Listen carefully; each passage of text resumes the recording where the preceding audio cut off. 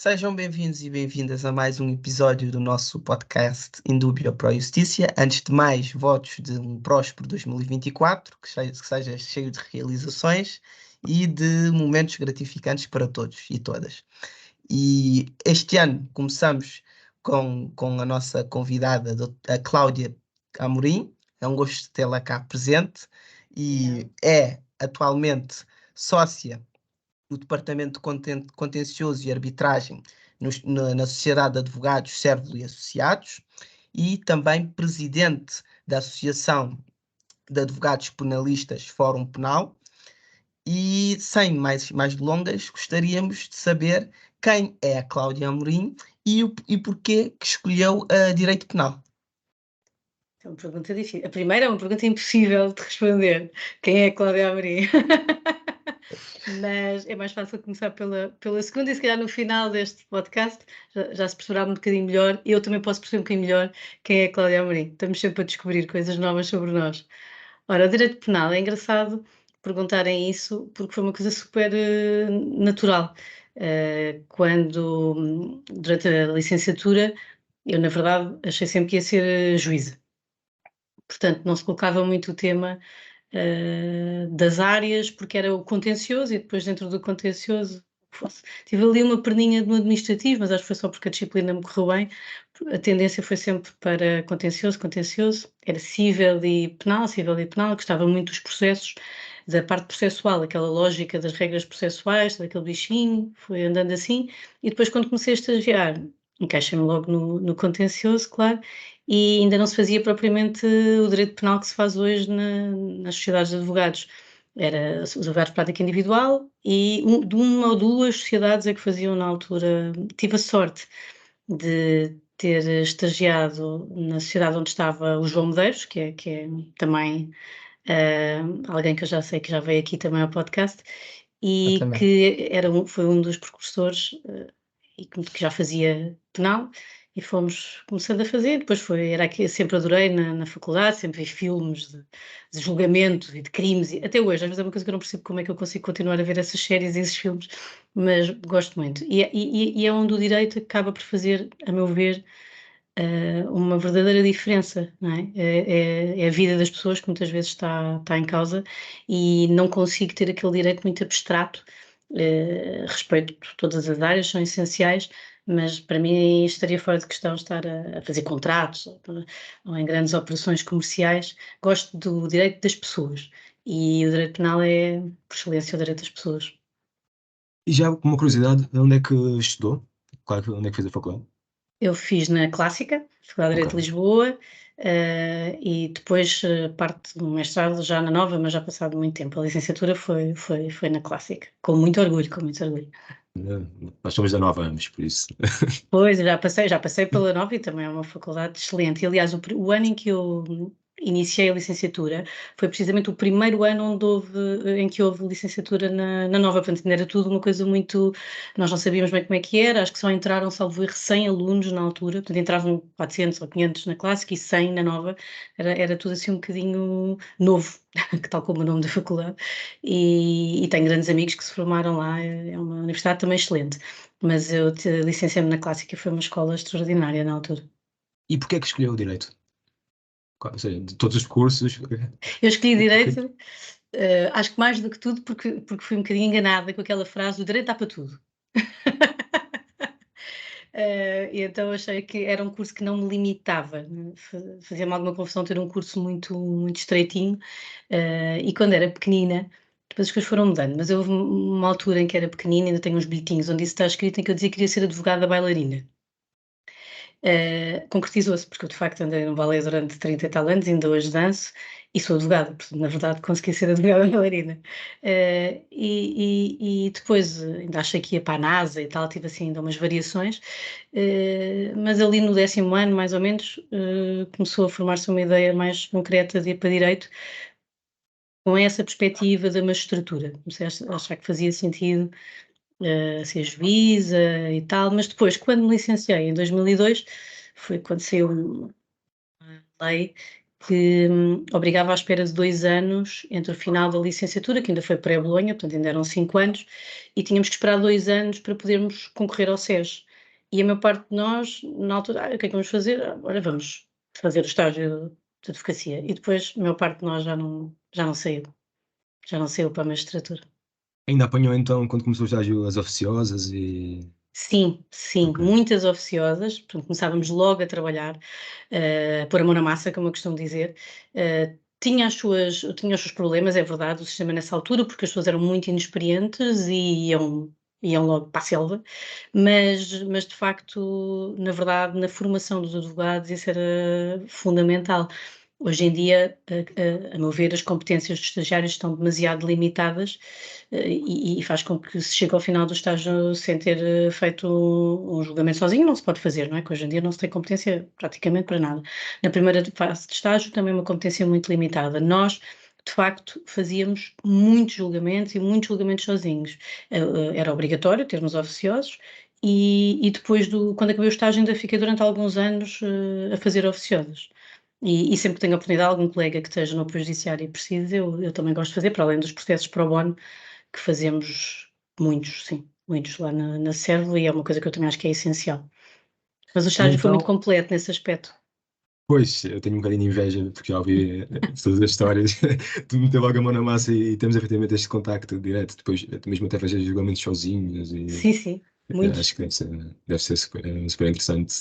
O que depois limitamos um bocadinho nesta fase, porque nós não temos ainda a possibilidade de fazê-lo, em termos É de verdade, é verdade. dados e mesmo também depois do trabalho.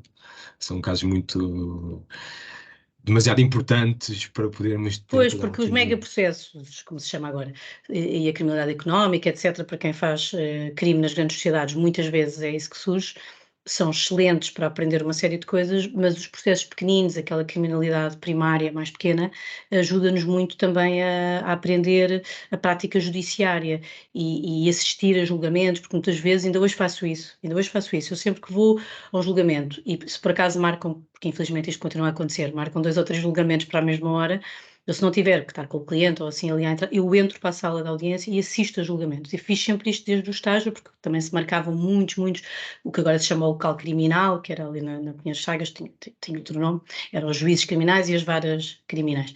E nós tínhamos competência para os juízes criminais e eram uns 20 julgamentos ou 30 marcados todos para as 9 da manhã.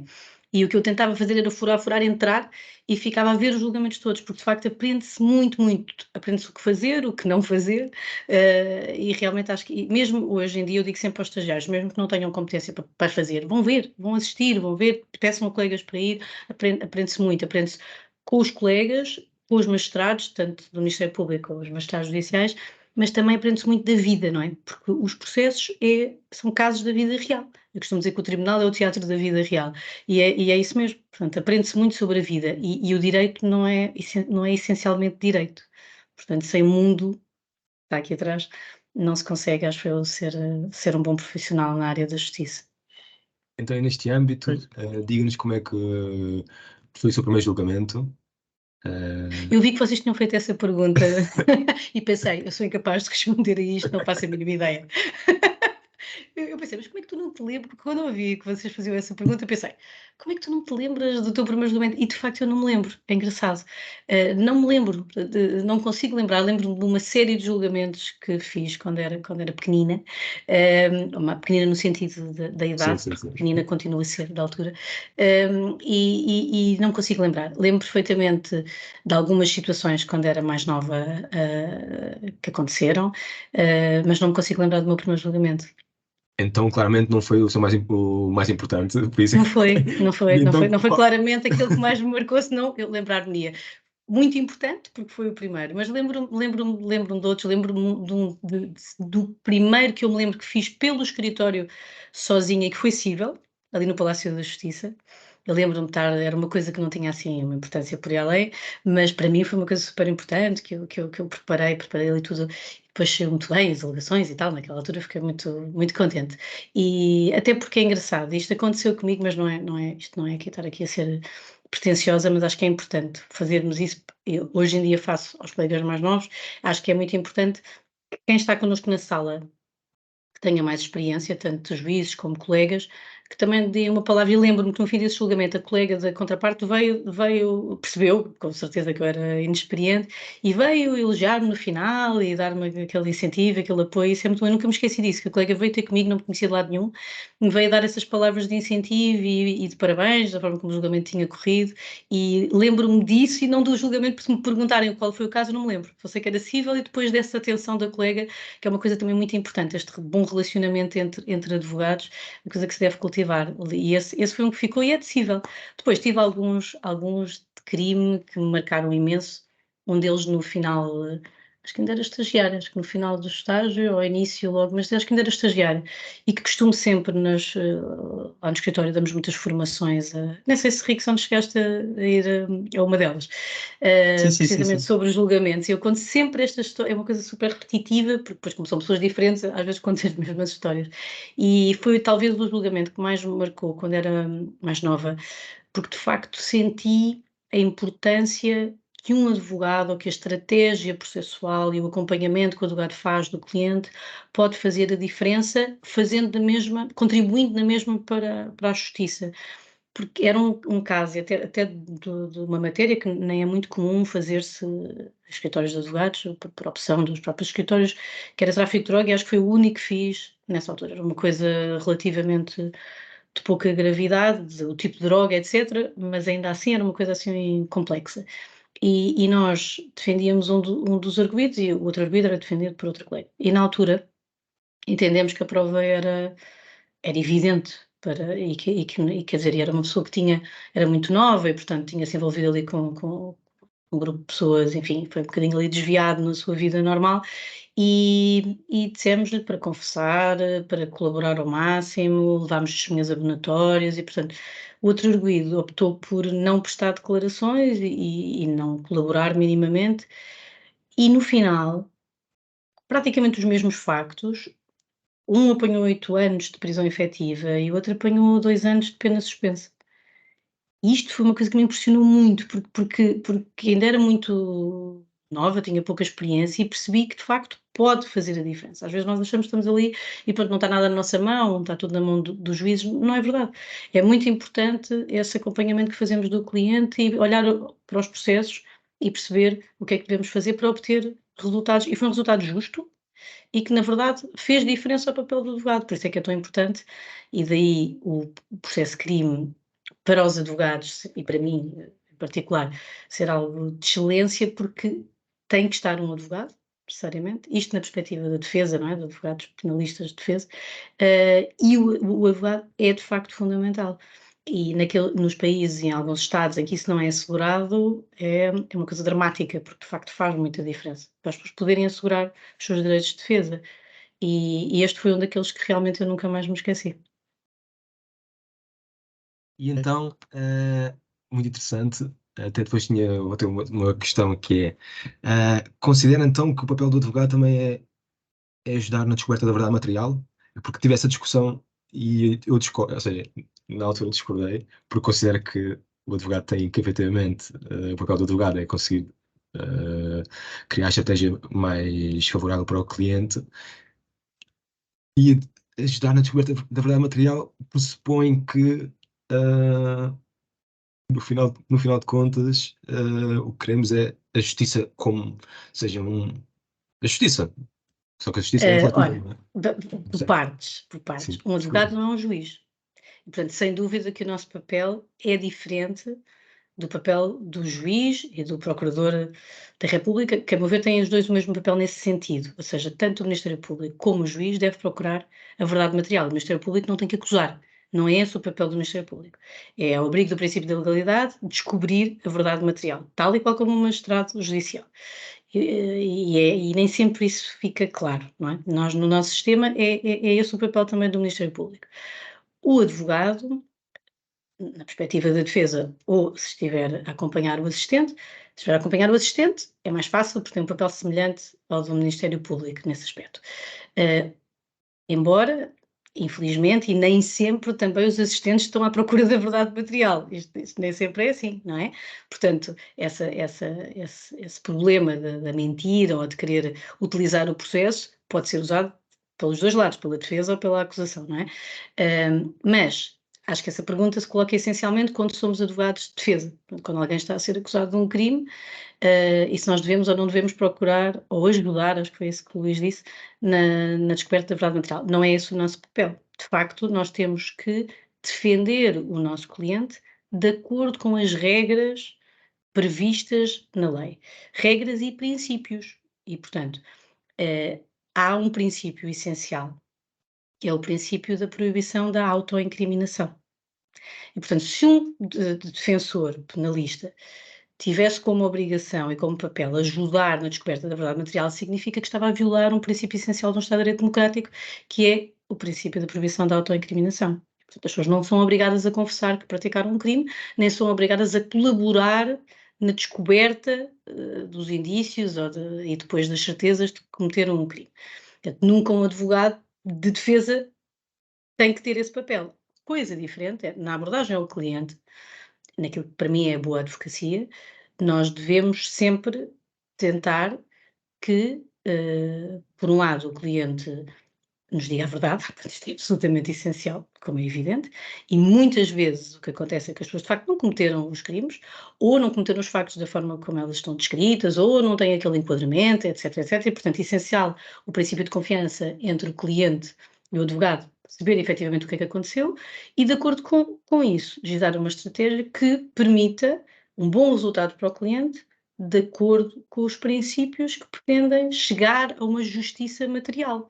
E, portanto, nesse sentido, não se trabalha contra a descoberta da verdade material, mas sim sempre tendo em conta os princípios basilares no Estado de Direito Democrático, que são vários e que têm que estar todos equilibrados neste aspecto. Agora, muitas vezes, e isso posso dizê-lo, e também muitas vezes tem a ver com a forma de trabalhar e com o sítio onde se trabalha, etc., se de facto se verifica que o crime ocorreu e, se for possível, através da confissão, etc., colaborar nesse sentido com a justiça e, ao mesmo tempo, obter um melhor resultado para o cliente, claro que isso é o ideal.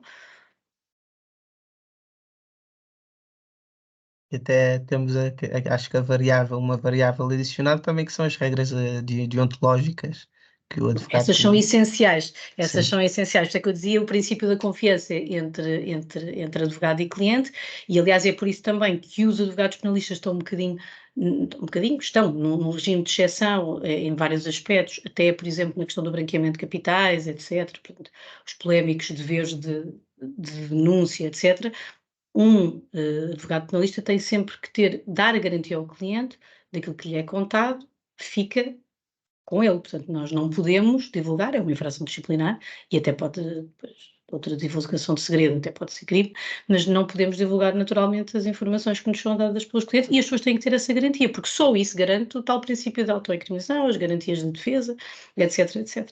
Não é? Então, ainda bem que falou a questão do branqueamento de capitais e financiamento ao terrorismo. Então, considera que, por exemplo, porque há aqui a grande questão que a lei, ambas as leis têm o mesmo valor, dos estatutos foram ambas aprovadas pela Assembleia da República, e poderíamos, assim, em termos jurídicos, considerar que a lei mais recente derroga a lei anterior, nomeadamente dos estatutos de ordens de advogados relativamente Não, mas a lei do ao branqueamento tem uma norma própria para a defesa em processo criminal. É uma exceção. estabelece que não tem que haver denúncia obrigatória? Exatamente. Ok. Então, uma exceção precisamente porque, imagina, se as pessoas estão a ser investigadas pela alegada prática de branqueamento de capitais, se um advogado com quem vão ter tivesse a obrigação de as denunciar, deixavam de ter um advogado, porque isso seria a mesma coisa que não fazermos nada relacionado com a nossa profissão. E, portanto, felizmente, e é assim que tem que ser, porque senão eram violados princípios constitucionais elementares, no nosso caso não há esse dever.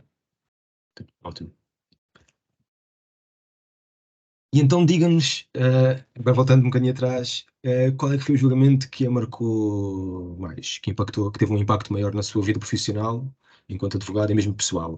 Referi este pelas razões que já disse. Sim, claro. E, de facto, claro, não vou falar nomes de clientes, Sim, nada disso, claro, mas há um claro. outro processo, que foi um processo até, um dos primeiros processos assim, mais mediáticos, porque antes os telejornais não passavam 70% a falar de processos judiciais, isto é uma coisa relativamente recente. Houve um processo grande, até era de contraordenação, nem sequer era de crime, embora estivesse relacionado com o processo de crime, de uns administradores, um grande banco na altura, e talvez tenha sido o processo que marca um antes e depois a minha carreira, se assim se pode dizer, porque de facto teve uma certa projeção e principalmente entre os colegas acabou por ter um impacto grande, foi onde também conheci as pessoas da direção do Fórum Penal que me convidaram para integrar essa direção e, portanto, isso de facto foi um processo que fez diferença. Eu própria senti uma evolução grande, foi um processo muito longo, demorou muitos meses, muito complexo, e é engraçado que eu estava do lado da acusação, portanto, até teve essa peculiaridade que quase nunca acontece nestes processos de contraordenação grandes, e até por isso foi uma aprendizagem muito grande. Mas em termos de relacionamento entre os colegas e de ter que estar no julgamento em que ir pessoas muito influentes e mediáticas na altura, acabou por ter um impacto grande para mim. E agora, gostaríamos de saber se dispõe, se tem alguma história típica, pouco ortodoxa, engraçada, que nos possa contar a propósito de um julgamento ou uma interação com algum cliente. Lembro-me agora de uma coisa um bocadinho bizarra, mas que me aconteceu, e isso não era estagiária também, era muito nova, e até há pouco tempo, agora há uns dias, até ouvi uma notícia de uma agressão a uma juíza nos Estados Unidos, em que o arguido saltou para cima da bancada, e isto não tem graça, estou-me a rir, mas enfim, são aquelas situações em que a pessoa fica sem saber, e aqui em Portugal, felizmente, normalmente as coisas são pacíficas, mas aconteceu num julgamento em que eu estava, e estava sentada na bancada muito perto da Procuradora do Ministério Público, em que, como sabem, as pessoas, mesmo quando estão detidas ou presas, quando estão presentes a juiz, não estão algemadas. Pronto, em Portugal é assim que é, e muito bem. E o senhor enervou-se e pegou no microfone de fio, e atirou com toda a força para a procuradora, mas não acertou muito bem no alvo, e eu só senti o vento do microfone passar assim pelo cabelo, portanto ele levando com o microfone de um arguido. Foi uma das coisas que eu achei mais, agora rio-me, na altura foi uma situação um bocadinho complexa, mas é tão pouco usual, felizmente, em Portugal, porque de facto as pessoas tendencialmente não são violentas, muito menos em salas de tribunal, mas aconteceu-me isso, eu conto isso várias vezes, porque foi realmente uma coisa muito peculiar. Portanto, a história do microfone não me acertou na cabeça. Entre outras coisas, de colegas na Boa Hora, por exemplo, que infelizmente já não é. Infelizmente, porque era uma sala icónica, na verdade não tinha as condições ideais para ser um tribunal, mas os penalistas gostavam sempre. Eu adorava fazer julgamentos ali no Tribunal da Boa Hora, que é no Chiado. E depois, entretanto, passou tudo para o Parque das Nações. Mas era realmente um sítio onde não havia muitas condições, então era muito frio no inverno, muito quente no verão. E lembro perfeitamente de um julgamento que éramos para uns 40 ou 50 dentro da sala, tudo aberto, em pleno agosto, porque era um julgamento de processo urgente, de terem desmaiado 2 ou 3 colegas com o calor a meio da sessão e coisas deste género. Entre outras coisas engraçadas. Bastante interessantes. Sim, com clientes não posso, lá está, não posso contar, tendo ao dever de civil. Sim, claro, claro, claro. Nós estamos à espera que o sim. Mas também há histórias engraçadas sempre. Aliás, essa dinâmica, nós estamos muito com pessoas, não é? Nesta área, principalmente, nós estamos sempre em contato com pessoas e, portanto, acontecem as mais variadas situações. Até porque as pessoas estão normalmente são momentos em que as pessoas estão, de facto,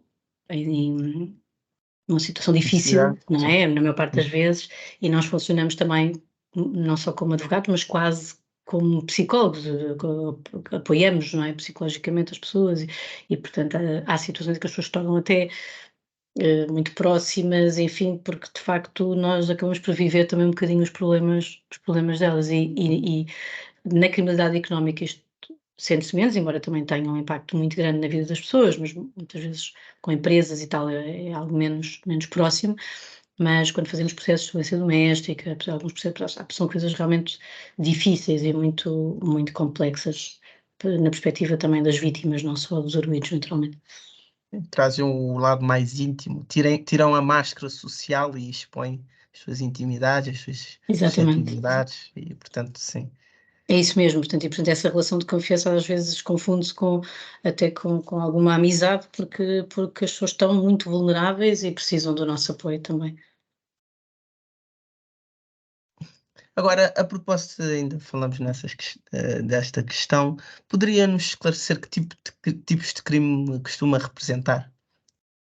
Ora, muitas vezes, e também é assim na Servo, nós temos de facto muita criminalidade económica ou financeira e contraordenações também, contraordenações, toda a regulação, a concorrência, portanto, financeiro, ocupamos muito do nosso tempo com esse tipo de processos.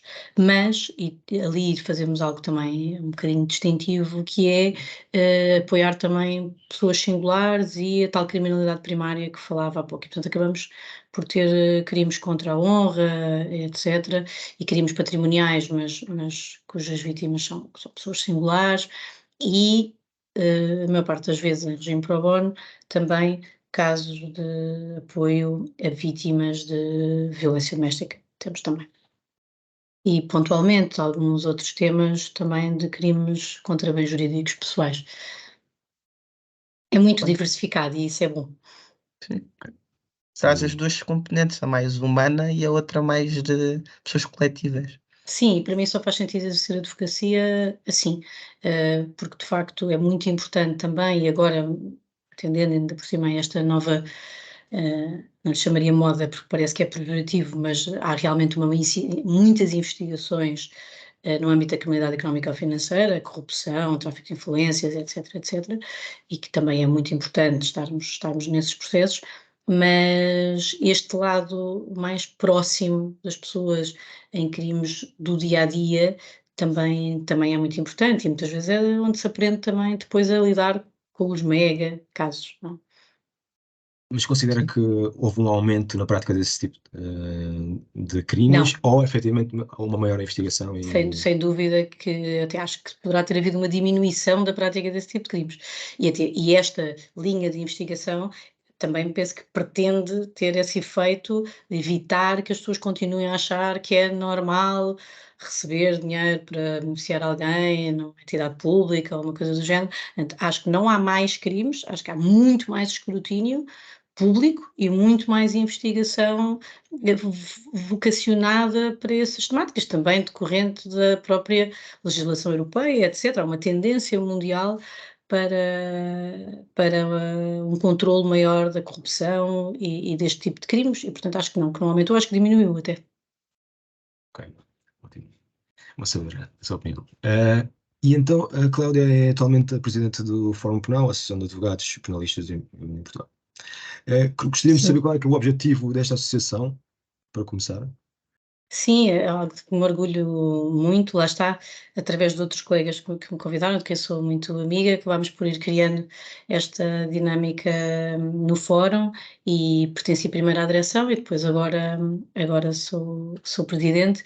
É uma associação, como o próprio nome indica, de advogados penalistas, estamos cada vez a crescer mais, portanto a ideia é pessoas da área com especialidade em direito penal, especialidade não no sentido técnico, porque verdadeiramente há uma especialidade na ordem de direito penal, mas que muito poucas pessoas ainda têm, mas alguém que tenha a sua prática vocacionada para o direito penal e, portanto, qualquer advogado ou advogada se pode inscrever demonstrando essa experiência na área e nós o que fazemos é, para além desta sinergia entre advogados da mesma área, partilha de conhecimentos, fazemos formações, fazemos webinars e uma série de outros eventos, também pretendemos ter aqui uma voz mais ativa junto de determinadas entidades no processo, participar no processo legislativo, temos sido ouvidos em algumas comissões, etc., quando se trata de legislação relacionada com o direito penal ou contra o nacional.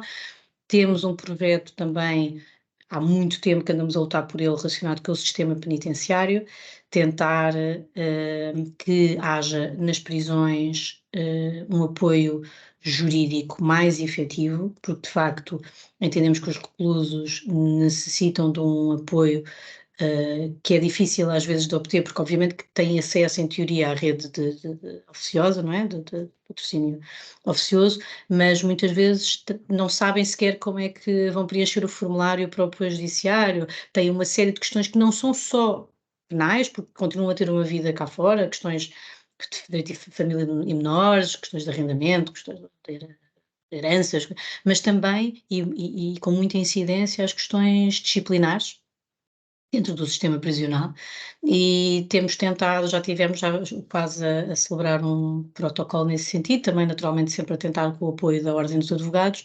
para tentarmos estabelecer, contribuir com o nosso know-how e a nossa vontade para se poder estabelecer aqui um projeto piloto, tentar implementar um apoio jurídico para os reclusos. Também é um dos grandes objetivos do Fórum Penal. Fizemos agora pela primeira vez, há 2 anos, e esperamos repetir este ano, o Congresso dos Advogados e Advogadas Penalistas. Portanto, temos tentado, as nossas redes sociais também já começam a ficar mais agitadas, portanto, convido a todos a seguirem o Fórum Penal no LinkedIn, no Instagram, no Facebook, e estamos sempre muito abertos a novas contribuições. E esse projeto piloto tem tido um apoio, ou seja, tem sido visto de uma maneira positiva, tem Sim, uma nós adesão depois, por parte claro que da esta, ordem. as coisas são mesmo assim, muitas vezes há uma mudança, tanto no governo como na ordem, etc. As mudanças, muitas vezes os projetos que estão em curso acabam por retrair um bocadinho e voltar, portanto não conseguimos ainda que se materialize efetivamente. Tivemos o apoio e na altura da Direção-Geral de Prisões, temos contactos com o Ministério da Justiça e tivemos nesse sentido, e também com ordem. Depois houve aqui algumas alterações que acabaram por fazer com que o processo estagnasse um bocadinho. Agora vamos tentar voltar à carga, vamos ter eleições no Fórum em março e depois, com a esperada reeleição, voltar aqui a dar fogo a estes projetos. Ok.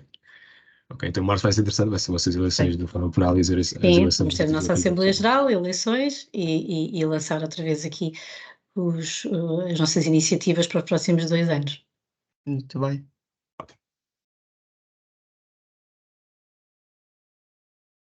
Rickson? Bom, sim. A Cláudia foi membro da Comissão para a Igualdade de Género e Violência Doméstica da Ordem dos Advogados. E, Exatamente.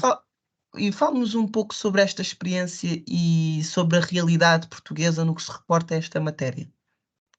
É algo ainda muito preocupante. Portanto, embora nos últimos anos as políticas tenham sido muito viradas para esta área e haja realmente alguns desenvolvimentos positivos, a verdade é que ainda é um flagelo, ainda há muita violência doméstica e muita violência de género, mas infelizmente a maior parte da violência doméstica ainda é sobre mulheres, porque não vale a pena escamotear isso. Há homens vítimas, naturalmente, mas há uma maior incidência, muito maior, sobre as mulheres. Isto, claro, para não falar da violência contra crianças e contra idosos, é que muitas vezes esquecemos também desse enquadramento, que também é essencial e que é preciso, muitas vezes, principalmente no caso dos idosos, que às vezes estão em lares, etc., as coisas estão muito escondidas e é preciso trazê-las um bocadinho para a ribalta, porque isto efetivamente acontece. Mas especificamente a violência doméstica e a violência contra as mulheres, há muitos anos que é uma das minhas bandeiras, digamos assim.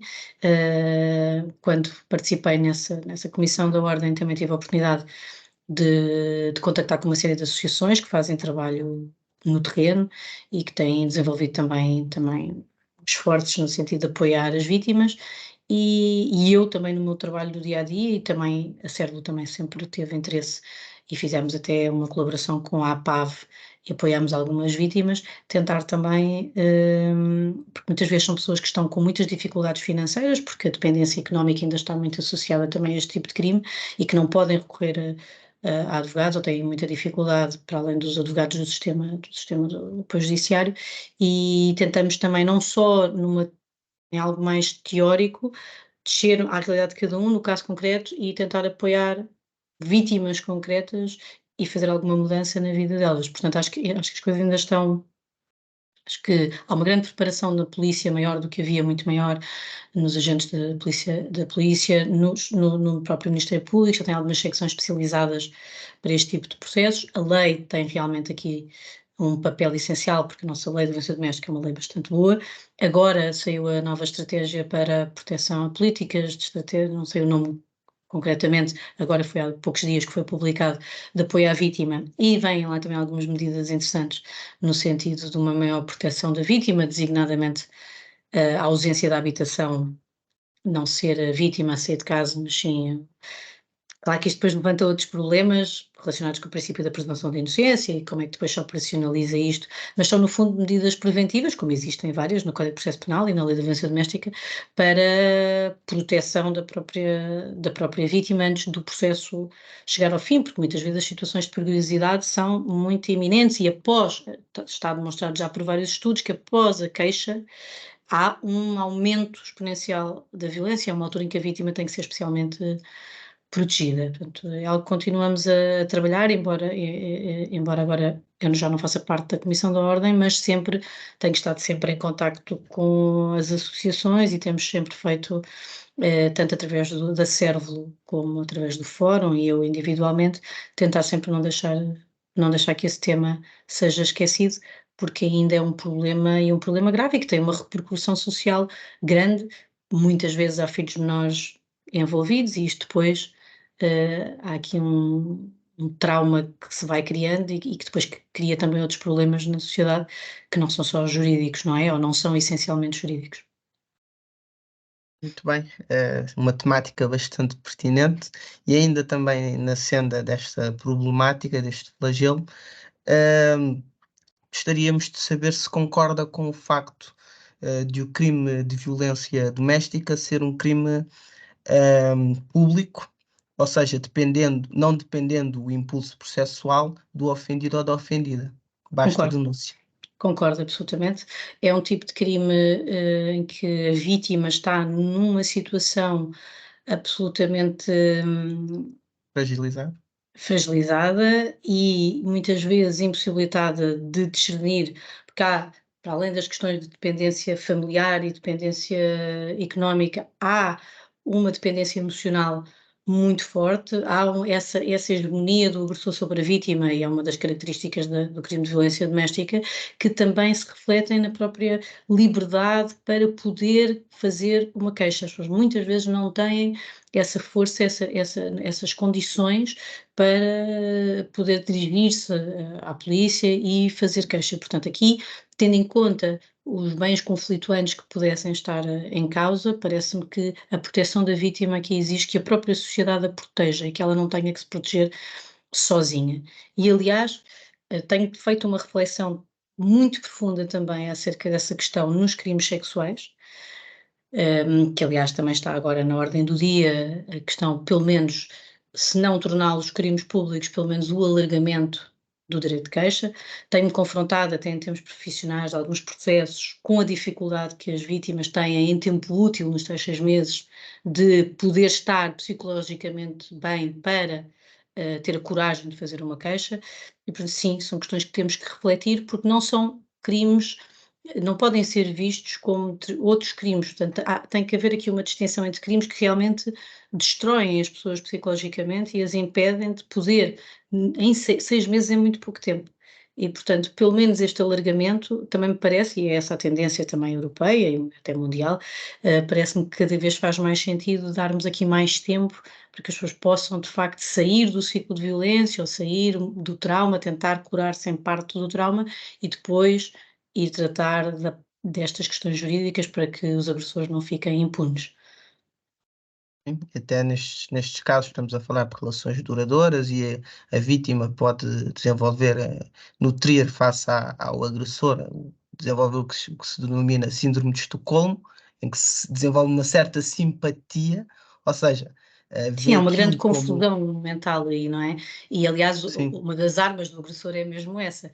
Por isso é que a violência psicológica é tão fundamental neste tipo de crimes, porque se conseguirem manipular a nossa cabeça, mais facilmente conseguem ter poder sobre nós. exatamente. Considerar que também para a ligação do direito de queixa para os menores, por exemplo, como também se falou há cerca de um ano com os alegados crimes sexuais praticados pela Igreja, com aqueles 600 inquéritos, que muitos deles já não poderia efetivamente exercer o seu direito de queixa, porque já tinha passado o prazo, né, dos 18 anos para os menores, caso fossem Pois, menores. pois, lá está. Eu acho que é preciso, para cada uma dos tipos de situação, a tentar, através de grupos interdisciplinares, porque não são só juristas que podem fazer estas apreciações, é preciso, para tomar estas decisões de política legislativa, é preciso encontrar ferramentas nas várias áreas, psicologia, sociologia, etc., e perceber, no caso dos menores, quando é que faz sentido e quanto tempo é que é razoável para que, no caso de mulheres ou homens que sejam agredidos sexualmente, também quanto tempo, na violência doméstica não se coloca o problema porque já foi transformado em crime público, mas acho essencial é nós olharmos para as coisas e munir-nos desses conhecimentos interdisciplinares, porque muitas vezes as pessoas fecham-se na caixinha, não pode ser, porque não, é difícil, quando não aconteceu connosco, fazer esse exercício de empatia e de compreender, pôr-nos no lugar do outro, que no fundo é um bocadinho o papel do juiz, que é uma coisa difícil e muito de fazer, mas também é o papel do legislador, na verdade, e para isso precisamos de ajuda de várias áreas e parece-me que estamos a caminhar agora no bom sentido. Coisa diferente é os crimes ficarem prescritíveis. Eu também não defendo de toda essa posição, porque me parece que a segurança jurídica, nós sabemos que a partir de um certo momento termina a perseguição criminal. Isso também é essencial para que a vida das pessoas possa continuar. Não sou adepta do desaparecimento, nem pensar de que a prescrição termine, até acho que em alguns casos se tem alargado demasiado o prazo de prescrição, de acordo com aquilo que é o nosso sistema axiológico, as palavras caras, acho que não se justifica muitas vezes. Nós temos crimes que demoram 15, 20, sei lá quantos anos a prescrever, e isso hoje em dia acontece porque há uma série de interrupções, suspensões, suspensões, e aquele prazo máximo que antigamente nós sabíamos que era mais ou menos aquele, agora tem tantas exceções que é difícil quase contar, dizer a um cliente com segurança quando é que prescreve um crime. Portanto, é preciso ter fazer essa ponderação, porque nem deixar que as pessoas fiquem sem proteção, as vítimas, e dar-lhes pouco tempo para poderem exercer o seu direito de queixa, mas também não permitir que isto fique ad eterno, como acontece noutros sistemas, em que as pessoas, passados 50 anos, podem vir a ter um processo. Isso também não me parece que seja aquilo que é o melhor para uma democracia saudável. Pois, por A este exemplo, propósito, veio uma questão, é um bocado mais assim, eu percebo perfeitamente e até concordo. Agora, uma questão mais, digamos, provocatória. E nos crimes contra a humanidade, nomeadamente, imaginemos, o genocídio, também partilha desta mesma opinião, da imprescritibilidade? É uma pergunta mais difícil, Pois. porque aliás também é difícil encaixar, porque às vezes eu penso que há uma dificuldade em tipificar esses crimes, não é? Mas quando eles verdadeiramente são genocídio, ainda assim parece que não se justifica não haver um limite para a perseguição criminal, até porque esse limite permite também que o sistema seja mais eficiente. Porque, na verdade, nós sabemos que dentro daqueles 10, 20, 30 anos, tendo em conta a dificuldade também, porque esses processos muitas vezes são transnacionais, etc., implicam uma série de outras dificuldades, mas também não permitir que, à sombra do tempo, nós possamos encaixar aquele processo daqui a 10 anos ou 20, quando uma determinada agenda política ou uma determinada trend, agora se calhar é bom irmos julgar aquelas pessoas. Não? É preciso a rapidez na justiça, uma rapidez rápida é uma melhor justiça. E, portanto, mesmo para o reflexo que isso tem na sociedade, as pessoas saberem que quem comete crimes é punido rapidamente, isso é uma coisa boa. Não claro, pôr a celeridade à frente das garantias processuais. Isso é o maior disparate que se pode fazer. Achar que se os processos durarem 3 meses, então temos uma justiça ótima. Não, temos uma justiça péssima de certeza, porque em 3 meses é impossível assegurar que o Ministério Público faz o seu trabalho e que depois os arguidos podem defender e que há recursos, etc. Portanto, é preciso tempo para a justiça, mas não pode ser um tempo demasiado lento. Portanto, mesmo para esses crimes, acho que tem que haver algum tipo de limitação. Pois, e se formos ver em última instância até dos critérios, a nível, o que muda é a dimensão, ou seja, na substância são mesmos crimes, mas é a dimensão, quando Sim, é a falamos dimensão que pode dificultar, no fundo, a identificação dos agentes do crime, a recolha da prova, etc, etc, claro que sim. Mas também, por outro lado, se deixarmos passar demasiado tempo, mesmo no que respeita à recolha da prova, por exemplo, a prova testemunhal, ou mesmo a prova pericial, etc, etc, se for passado muito tempo também já não serve à justiça. E, portanto, é muito difícil essa ponderação. Agora, claro, que quando estamos a falar de grandes líderes internacionais, depois pessoas que nós não conseguimos apanhar, etc, etc, precisamos de mais tempo, mas não pode ser a eternidade, não é?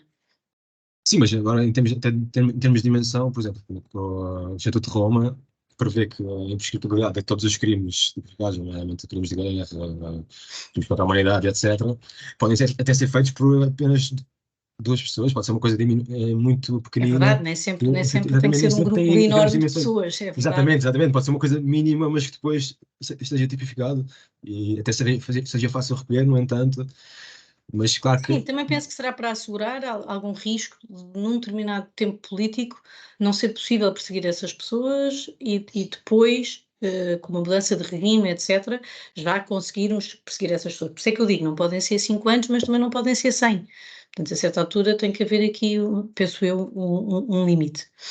eu acho que mais no Instituto de Roma foi mais a questão de concordância entre os vários Estados, de chegarem a um consenso, que foi mais essa questão, nem foi Pois, isso tanto. depois é os bastidores que infelizmente acabam por ter aqui uma influência grande, os lobbies, etc., mas isso faz parte.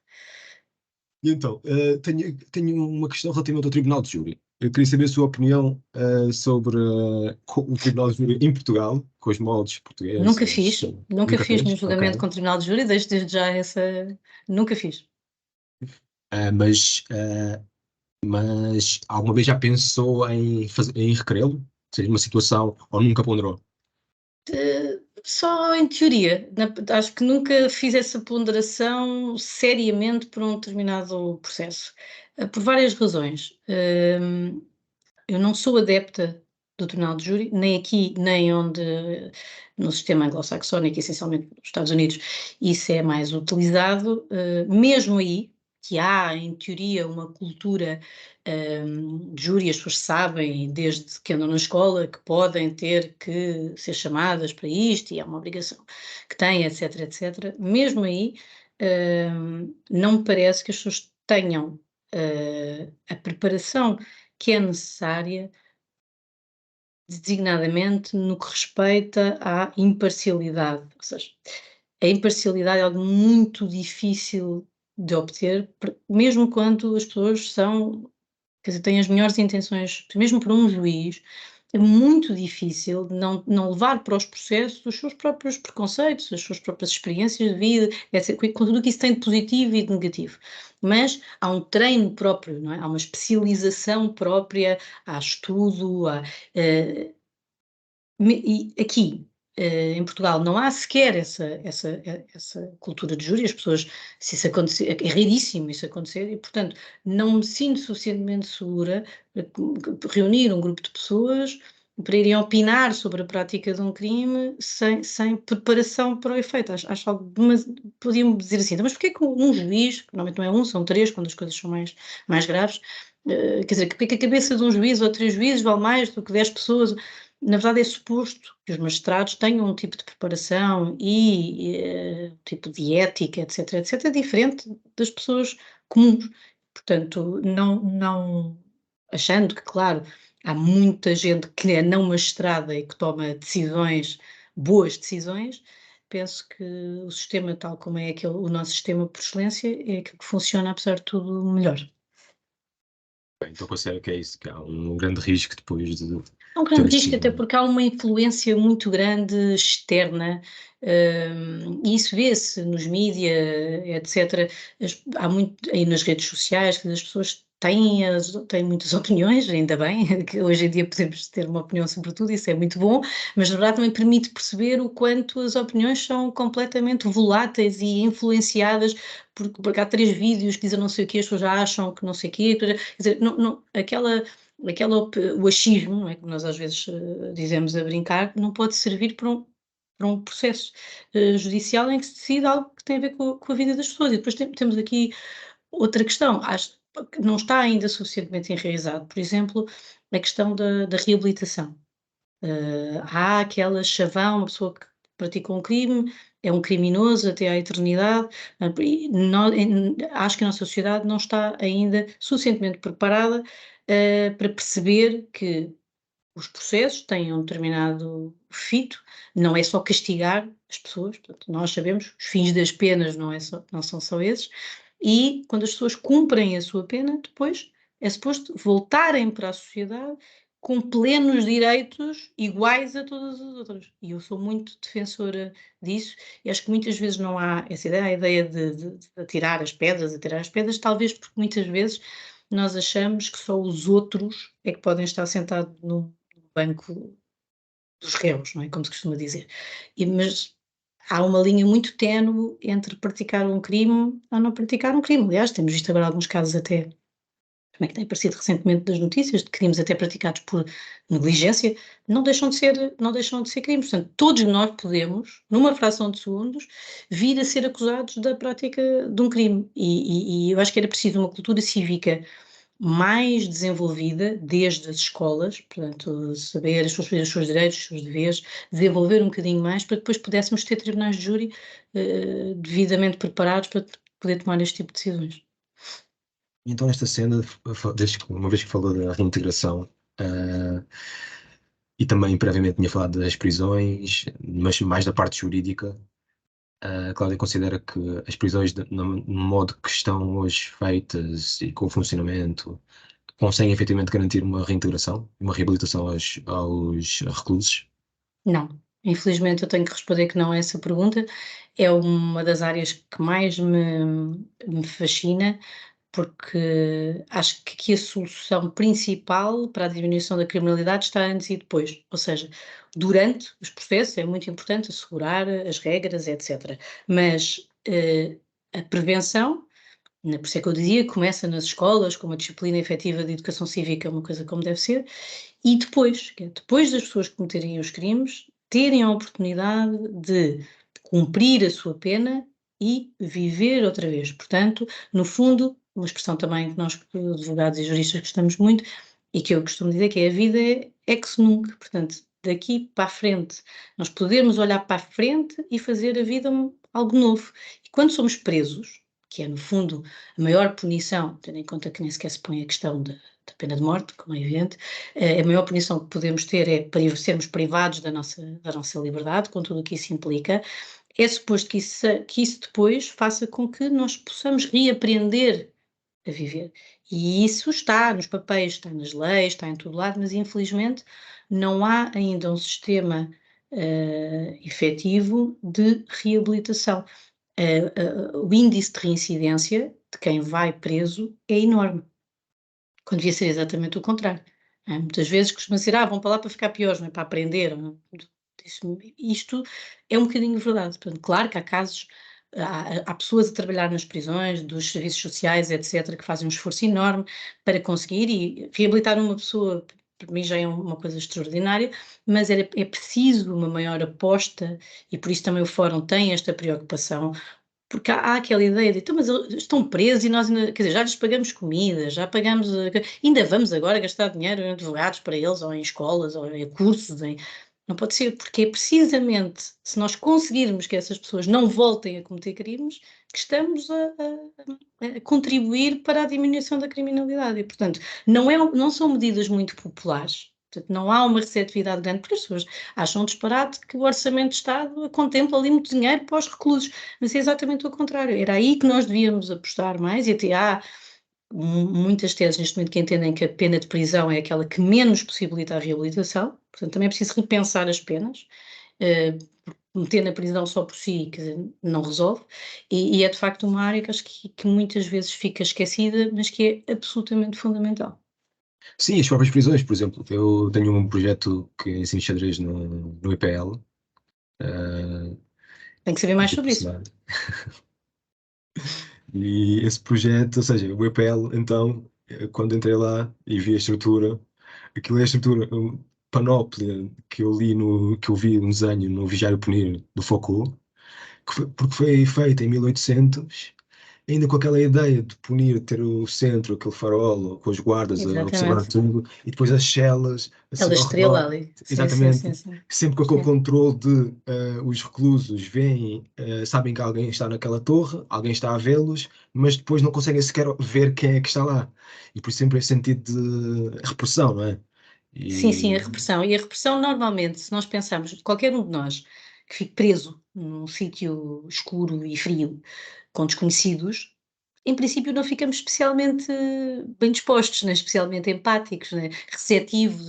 Também é preciso pensar nisso, né? As pessoas têm que ter condições para conseguir, porque muitas vezes quem está preso, pessoas que tiveram uma vida muito difícil e depois fizeram más escolhas, mas é preciso dar-lhes essa possibilidade de não voltarem a repetir os mesmos crimes. Há algumas prisões que têm projetos muito giros relacionados com a arte, há companhias de teatro, até de ópera, penso eu, e tudo, mas são coisas muito pontuais. A meu ver, era preciso que houvesse aqui algo mais estrutural, e sim, as prisões mesmo em termos de infraestruturas, etc., já começam a ficar, algumas delas são péssimas, de facto. Mas é muito importante que a geração mais nova também pegue neste tema, porque muitas vezes, quer dizer, quase ninguém vai à prisão, não é? Porque ou temos um familiar preso, ou somos advogados penalistas que fazem processos com presos, que também nem todos. E, portanto, é uma realidade que está escondida. Até é importante trazê-la para os holofotes, porque ela existe. Portanto, fico contente que o Luís também esteja a fazer isso e que vamos puxando outros colegas para isso, porque realmente é muito importante. sem dúvida, e abre os olhos. Eu tenho cerca de 8 voluntários, e quando chegaram lá tinha sempre um bocadinho de reticência, mesmo de interação com os reclusos, e de pensar como é que eles eram, agressivos, que iam ser. Não, na maior parte das Mas vezes isso não é de todo, assim, não, não, não, todos são pessoas normais que têm, que claro, naquele momento, naquele par de horas, têm um tratamento como humano, ou seja, são tratados claro. como nome, não são os reclusos, não são o número, ou seja, não há esta diferenciação. E depois, efetivamente, todos os meus colegas, passado umas semanas, vieram-me dizer que é isso, que mudar a perspectiva da prisão mudou completamente. Por isso, sem dúvida, que Excelente. Vê se acho conseguimos que essa abrir isso sem aproximação ser só no EPL, expandir mais. era preciso muitas Vamos tentar. pessoas. Sim, sem dúvida que era interessante. Mas eu acho que aqui o que mais toca depois é mesmo numa pós-prisão, depois a vida, o trabalho, a dificuldade em arranjar Mas trabalho. temos outro problema enorme, por isso é que eu falava na reabilitação. A maior parte das pessoas não dá emprego a quem esteve preso. Logo aí, como é que estas pessoas estão a entrar em pé de igualdade com as outras para poderem trabalhar, para poderem. É que é preciso também ter esta percepção. A partir do momento em que há este carimbo em cima das pessoas e depois elas não podem voltar e andam ali anos como uma espécie de bola de ferro,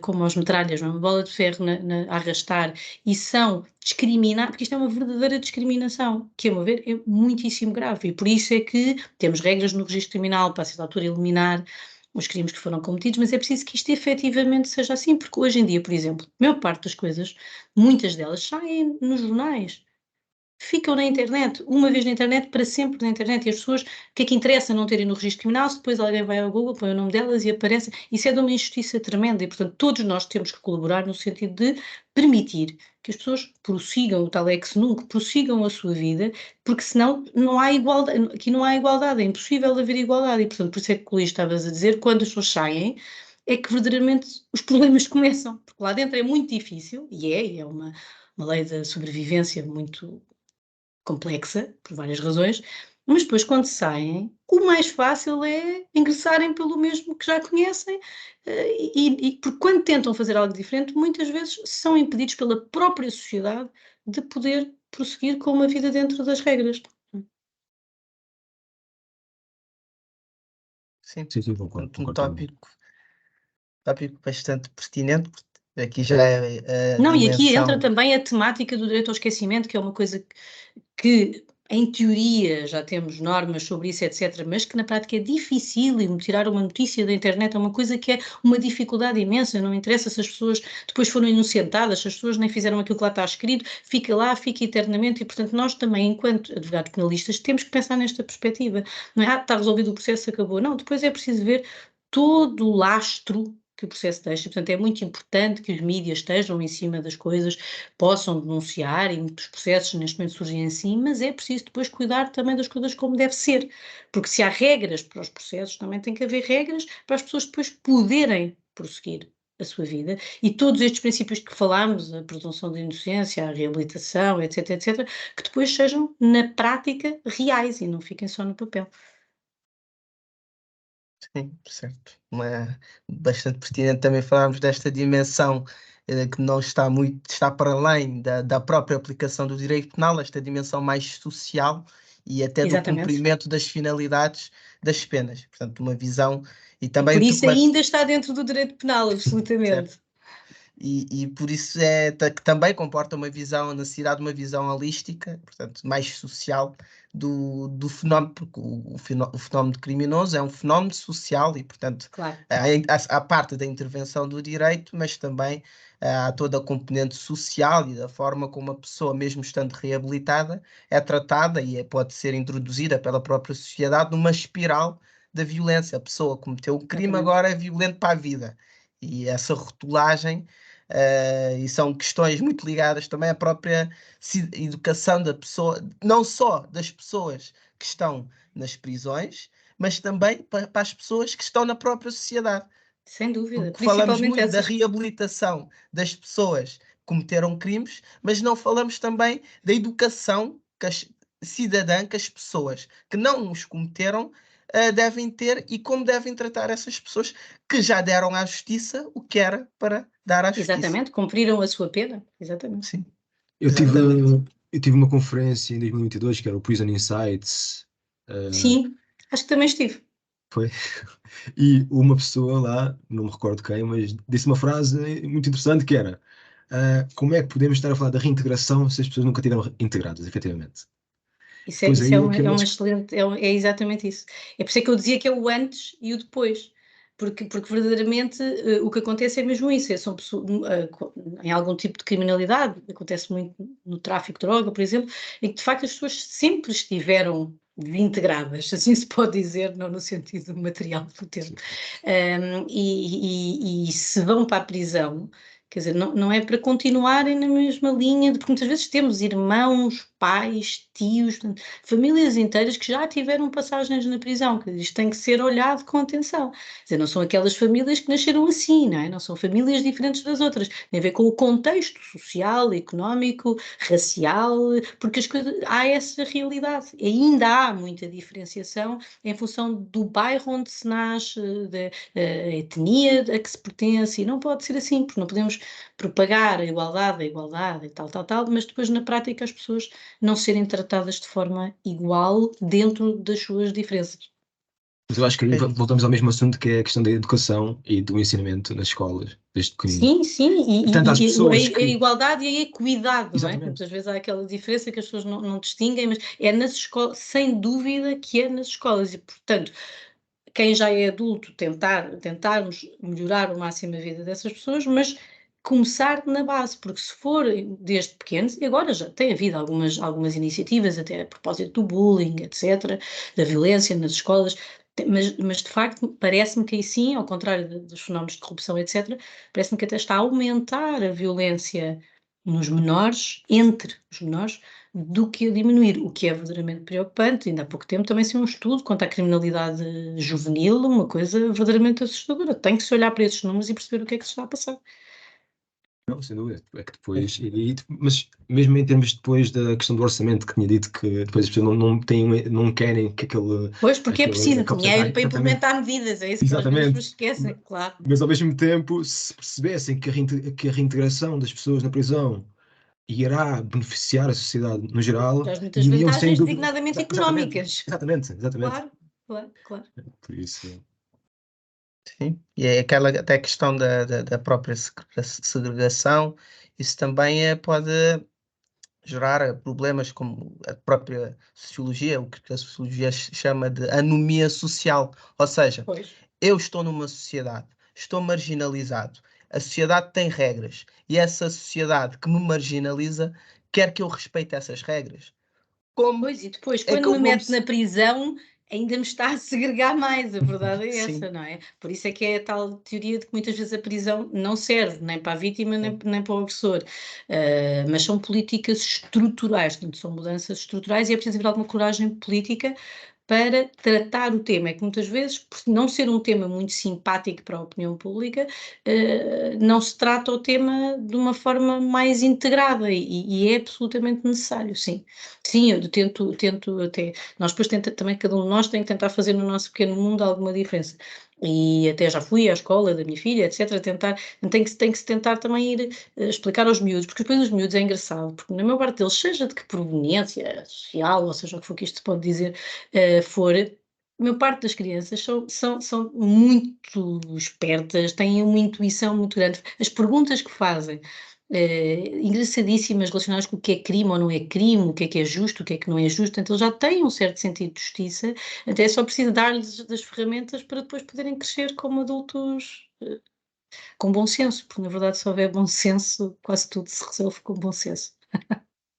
pois. E até a nível legislativo também é preciso sair dos gabinetes, ir também às comunidades É e essencial. conhecer, porque os destinatários, quem vai elaborar a lei deve conhecer os destinatários Sim, da e os mesma. destinatários não são, na maior parte deles, não são iguais à minoria que está nos gabinetes. Claro. Pois, e é uma questão pertinente e, como disse, uma questão que exige uma visão holística e um tratamento holístico e interdisciplinar. Bom, sabemos que este tema dá muito pano para mangas, É verdade. uh, e agora vamos avançar aqui a mais uma questão. Gostaríamos de saber, na opinião da Cláudia, quais são as qualidades, habilidades, valências que um advogado de direito penal deve ter para ser bem-sucedido? E quais seriam os conselhos que daria a si mesma no momento inicial, com os conhecimentos que tem agora da sua carreira? Relativamente às características, eu tenho a grande sorte de trabalhar com a Teresa Serra, que é uma das grandes penalistas e uma das grandes advogadas portuguesas, e é uma pessoa absolutamente excepcional, que disse sempre, e eu concordo em absoluto, que a principal característica de um advogado, principalmente um advogado de direito penal, é a coragem. Nós não podemos ter medo. E em todas as vertentes, tanto no tribunal como nos processos, para podermos defender os direitos de quem estamos a patrocinar, nós temos que, de facto, ter coragem. Portanto, a primeira característica, para mim, é a tal coragem, que é uma coisa muito abrangente, mas que, de facto, se nota a diferença entre advogados verdadeiramente corajosos e os que não têm essa coragem. Depois, claro, isto é um Mas bocadinho desculpe, 90. Cláudia, mas quando Sim, diz corajoso, refere-se a quem em concreto? Ou pelo menos assim, corajoso no repara, nós âmbito. temos que ter, nós não podemos, no fundo, não podemos ceder a determinadas expressões, não podemos hesitar na defesa dos direitos dos nossos clientes e muitas vezes é preciso, há em termos técnico-jurídicos e processuais, às vezes é preciso arguir uma determinada irregularidade no ato, é preciso lavrar um direito de protesto, é preciso exigir, falar com o nosso arguido antes de ser presente ao juiz, ou seja, nós não podemos hesitar. E isto em termos práticos, mas também no que respeita aos próprios princípios e à defesa dos princípios, não podemos deixar que nos calem, não é? Se nós nos calarmos facilmente, nós não estamos a defender nem a exercer o direito de defesa na sua plenitude, ou, se for preciso, para defender uma vítima e também nesse sentido ter coragem de enfrentar o agressor ou de enfrentar um sistema que muitas vezes não protege a vítima. E, portanto, nós contactamos com os diversos operadores judiciários e com muitas pessoas que muitas vezes não estão com as melhores das intenções e, portanto, é necessário ter coragem para fazer aquilo que é certo no momento certo.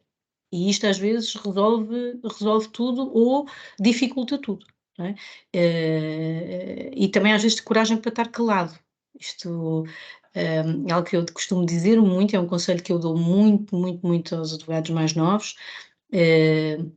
Às vezes eu digo a brincar que os advogados gostam muito de se ouvir, principalmente os advogados de barra. E isso pode ser uma qualidade, mas um grande defeito também. Porque muitas vezes nós não precisamos de fazer aquela pergunta, ou não precisamos de ter aquela intervenção, isso só vai prejudicar o processo ou prejudicar o cliente. É preciso resistir também a isso, não é? Resistir ao ego, resistir à tentação de fazer ali um brilharete que depois pode só estragar o processo. Portanto, é preciso uma certa humildade intelectual também nesse sentido, e às vezes o silêncio é ouro, e é preciso também ter essa percepção. Isso é um ponto que tem sido reiterado pelos demais convidados. Não sei É se exatamente isto isso que eu ia concorda, mas dizer. tem É sempre Isso exatamente reiterado aprende-se esse muito ponto. com os anos. Já ouvi Eu costumo várias dizer, no vezes. finzinho, estão com a dúvida de fazer a pergunta à testemunha, não façam. Em dúvida não se faz. Em dúvida para o silêncio. Exatamente. Mas é muito interessante que seja partilhado por vários profissionais e Não é por acaso. exatamente, é que a questão da coragem e Não mesmo tinha da ouvido questão da essa parte, segurança. não tinha ouvido, Sim, sim. mas não me admira. Mesmo em conferências já ouvi webinars que reiteram essa questão da coragem do advogado e do silêncio, talvez. Muitas vezes é melhor ficar calado, é melhor não dizer, fazer aquela pergunta, porque pode estragar tudo e pode ouvir aquilo que não se quer ouvir e que não se pretendia ouvir. Sim, também. E também respeitar o tempo dos outros intervenientes processuais, cada pessoa tem o seu papel e também é importante percebermos isso, cada um está a fazer o seu trabalho, não é? E respeitar-nos mutuamente é fundamental. Precisamente. E os O outro conselhos? conselho era aquilo que Sim, eu, sim. pronto, para além de ser corajoso e de conselhos práticos, também já tinha dito no início, que era ver muitos julgamentos, assistir a muitas audiências, estar atento a todos os intervenientes, e outro que também já falei, que se relaciona aqui com o planisfério, que é ganhar mundo. Portanto, para ser um bom advogado não se pode só advogar. Portanto, é preciso viajar, preciso conhecer outras pessoas, conhecer outras culturas, ler livros que não sejam só jurídicos, refletir sobre os temas, estar atento a ir a peças de teatro, ouvir música. Nós estamos constantemente, nenhum processo é sobre um processo. Todos os processos têm a ver com outras áreas completamente diferentes. Nós aprendemos muito, acho que é uma das coisas mais fascinantes desta área do direito, de facto, cada processo nos ensina. Eu sei coisas sobre obras, sei coisas sobre informáticas, questões químicas, físicas, porque no fundo depois cada processo é sobre um tema completamente diferente do outro, e nesse sentido acho que um advogado tem que ser alguém que sai só das regras jurídicas e está aberto a outras áreas e atento. Portanto, e isso é fundamental. Ler muito, viajar muito, conversar com muitas pessoas. Até Ótimos porque o conselhos. direito é uma ciência social, portanto, Exatamente. estabelece um dever Sim, ser. mas há quem não faça isso, não é? Ler 40 ou 50 teses de doutoramento, muito interessantes que sejam, não substitui essa outra vertente da vida, porque de facto é mesmo isso, é pulsar, é sentir a vida, porque isso também permite depois, na interação, nós fazemos muitas inquirições, muitos interrogatórios, portanto, conhecer as pessoas, estar atento, cada pessoa que se encaixa num determinado perfil. Aliás, em alguns sítios desenvolve-se muito estas técnicas de inquirições, etc., que também é uma ciência, não é? E é algo que também é fascinante. Aliás, no fórum nós fizemos uma formação muito gira de cross-examination, que veio uma advogada americana, que aliás já defendeu alguns reclusos de Guantánamo, etc., com uma experiência também extraordinária, um outro inglês, a ensinar estas técnicas de cross-examination, então é uma coisa muito gira. Então, no fundo, o conselho é esse, é sair da toca. Precisamente. Sim, obrigado por esses conselhos. Sem dúvida que para nós e para todos os ouvintes serão úteis, ou se não, informativos. Para os que não seguiram esta carreira. E agora, para terminar o podcast, vamos fazer uma última pergunta, que é uma pergunta difícil. Consiste em se pudesse mudar algo no funcionamento dos tribunais e no processo penal, em concreto, o que mudaria? Essa pergunta é difícil. Sim, para terminar em Essa grande. pergunta é difícil, é engraçado, porque o nosso Código de Processo Penal, infelizmente agora tem sofrido demasiadas alterações, mas em geral nós temos boas leis penais. Em geral, tirando algumas normas que podiam estar mais bem escritas, principalmente aquelas que vão sendo feitas muito à pressa ultimamente, mas em termos de estrutura e de sistema, não mudaria nada de essencial no que respeita às próprias normas jurídicas. Elas estão, a parte delas, bem feitas e as coisas estão. O que às vezes, o nosso grande problema aqui às vezes é na aplicabilidade prática das normas, as coisas nem sempre funcionam bem. Portanto, neste momento nós temos aqui um grande problema relacionado com o segredo de justiça. É um dos pontos que eu acho que devia haver mudanças efetivas. É muito importante que a opinião pública esteja informada, mas é fundamental para a investigação, por um lado, para a investigação e, por outro lado, para a proteção das pessoas envolvidas na investigação, que os processos, se são processos que estão em segredo de justiça, é porque o magistrado ponderou a necessidade de os colocar em segredo de justiça de acordo com os critérios da lei. Não podem aparecer escarrapachados em todo lado como se nada fosse e sem qualquer consequência. Esse é um problema para mim. Eu fico sempre muito impressionada que se acha normal que processos em segredo de justiça apareçam por todo lado, peças inteiras, cópias do processo, quer dizer, acho que há regras. Portanto, acho que a comunicação social deve ter acesso aos processos quando os processos, dentro das regras, são passíveis de ser acessíveis. E, portanto, acho que esta questão do segredo de justiça, e principalmente da punição pela violação do segredo de justiça, alguma coisa tem que mudar nesse aspecto, porque o segredo de justiça existe por razões que estão pensadas, refletidas, plasmadas na lei. Portanto, é um dos pontos que me parece problemático neste momento no processo penal, esta questão do segredo de justiça. Os megaprocessos também já muito falados e cada vez mais a refletir-se a possibilidade ou a necessidade, melhor dizendo, de começar a reduzir um bocadinho as investigações. As investigações tomam uma tal proporção que depois não há meios e é impossível que as coisas depois em tempo útil saiam para a acusação ou para arquivamento e, portanto, também tentar aqui começar a criar processos com núcleos de factos que permitam que realmente se chegue mais rapidamente a conclusões, para não permitir que haja inquéritos como acontece com 12 anos, inquéritos com 12 anos, com alguns processos em que os inquéritos duram há 12 anos, isto é uma coisa inadmissível. Portanto, também tentar encontrar aqui uma forma de estruturar os processos de forma a que eles possam ser relativamente mais rápidos, principalmente na fase de inquérito. E depois, aquele tema que falámos relacionado com o direito ao esquecimento e com a reabilitação, também é algo que eu acho que necessita de uma atenção especial e de algumas mudanças. Ok, muito obrigado. São 3 pontos muito interessantes e que acho que no papel do legislador acho que tocou nos pontos essenciais. Pelo menos agora pensar à primeira vista, acho que sim, sem dúvida.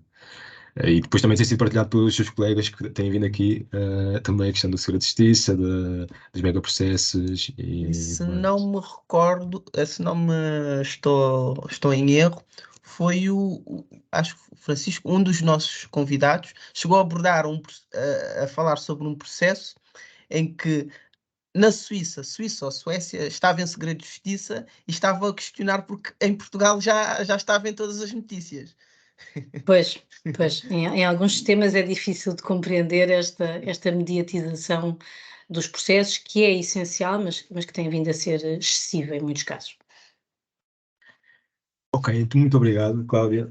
Vamos dar então por encerrado o nosso podcast. Queria agradecer já a sua presença e a sua Obrigada. aceitação. Passou rápido, o que é um bom sinal. É verdade, passou rapidíssimo e foi sem dúvida interessante. Também queria agradecer a todos os nossos ouvintes por estarem a ouvir o nosso podcast. Ele estará disponível no Spotify e YouTube e também nos podem seguir nas nossas redes sociais, no Instagram, no LinkedIn e além disso também o Fórum Penal no LinkedIn, Facebook e Instagram, também para perceberem o que é que a associação faz Agradeço. e o interesse que podem ter. Muito obrigado. Obrigada eu.